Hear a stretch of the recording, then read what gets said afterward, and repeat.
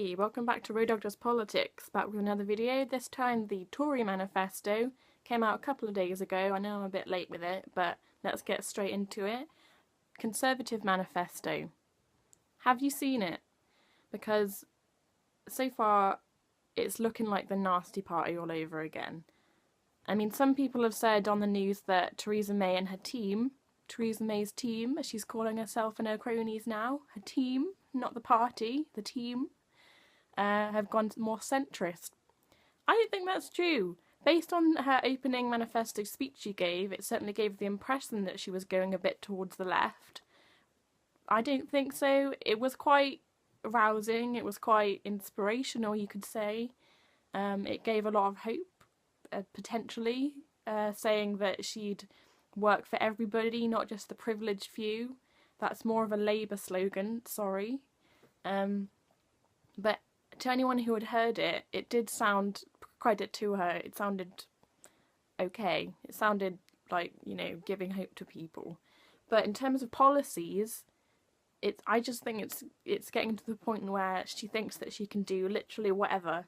She can, you know, go to town on the elderly. And she's really packing a punch with the elderly, because the elderly pensioners are primarily the core demographic of Tory voters. The pensioners and the elderly, they go for the Tories like, you know, like bloodhounds. So policies, death tax, that's the one big thing that we've been hearing this week. A Tory death tax, which means if your house is worth over £100,000, the rest of that is going to go towards social care for your elderly pensioners, your grandma, your granddad. If they've got dementia, if they've got a degenerative disease, that's going to go towards their social care. Okay, so you got that, which is otherwise being called a dementia tax, and the rest of it, like as soon as that money's gone, we're going to take your house away. We're going to seize it like a fucking bailiff. That's what it sounds like. It sounds like Tory bailiffs. And then we'll just leave you that £100,000 just for your funeral costs, because that's nice of us, isn't it? What other stuff? We've got winter fuel allowance cuts. That's getting taken away. Personally, I think that they could have done that a whole lot better instead of just cutting it.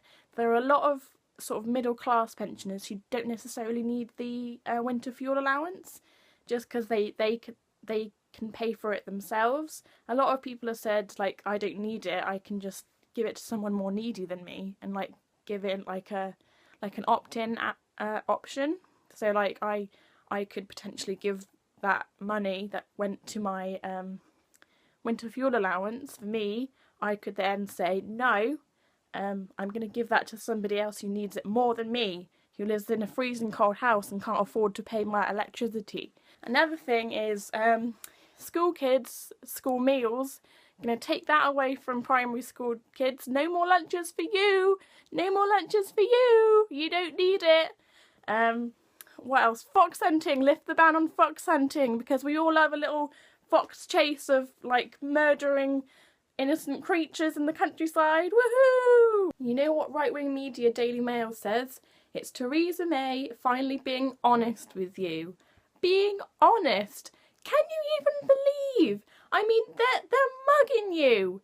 They're mugging you. They're muggers. They're bailiffs. They come to seize your house after you're dead and then go, oh, pay for it your fucking self. Pay for your own social care. Pay for your own grandma's social care. She got dementia? Don't care. You can pay for it yourself and then pay for your own funeral. We'll take your house after that and steal all your assets because your kids can't have any more inheritance. They can pay their own way.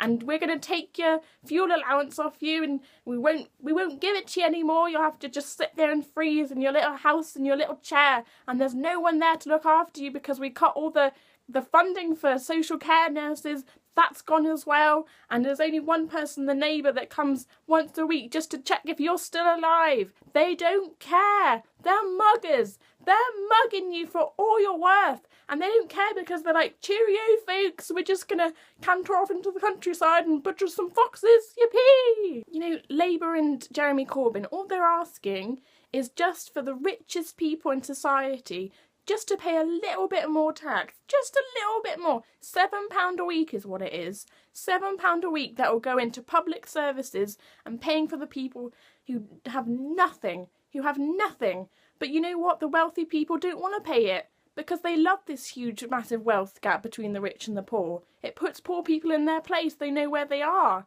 But no, we don't have any money, the Daily Mail says, the right-wing media says. Where's the money going to come from? You can't pay for it, Jeremy Corbyn. You can't cost things right, Diane Abbott. You can't cost things right.